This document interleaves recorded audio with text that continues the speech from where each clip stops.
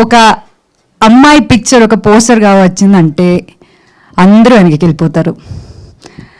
అది ప్రొడ్యూసర్స్ కావచ్చు, డిస్ట్రిబ్యూటర్స్ కావచ్చు, ఓటీటీ కావచ్చు, ఆడియన్స్ కూడా అవ్వచ్చు, అందరూ వెనక్కి వెళ్ళిపోతారు.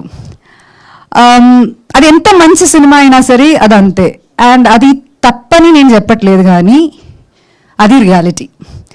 అండ్ ఆ రియాలిటీ చెక్కి నాకు ఇంత అండర్స్టాండింగ్ రావడానికి వచ్చిన సినిమా నా లైఫ్లో పరదా. పాస్ట్ ఫ్యూ ఇయర్స్ నుంచి, ఎస్పెషలీ పాస్ట్ 1 year నుంచి, మా సినిమా యాక్చువల్లీ ఒక 1 year ముందే రెడీ అయిపోయింది మొత్తానికి. పాస్ట్ 1 year నుంచి విజయ్ గారు, ప్రవీణ్ గారు వీళ్ళందరూ పెడుతున్న కష్టాలు నేను దగ్గర నుంచి చూస్తున్నాను. అండ్ కేపీ చెప్పినట్టు ఇది ఒక చిన్న సినిమా అని అందరూ చెప్తున్నారు, కానీ యాక్చువల్లీ ఇది ఒక చిన్న సినిమా కాదు. బిగ్ బడ్జెట్ కాకపోవచ్చు, కానీ మేము ఈ సినిమా ద్వారా చెప్పడానికి ట్రై చేస్తున్న మ్యాటర్ అది చాలా చాలా పెద్ద మ్యాటర్.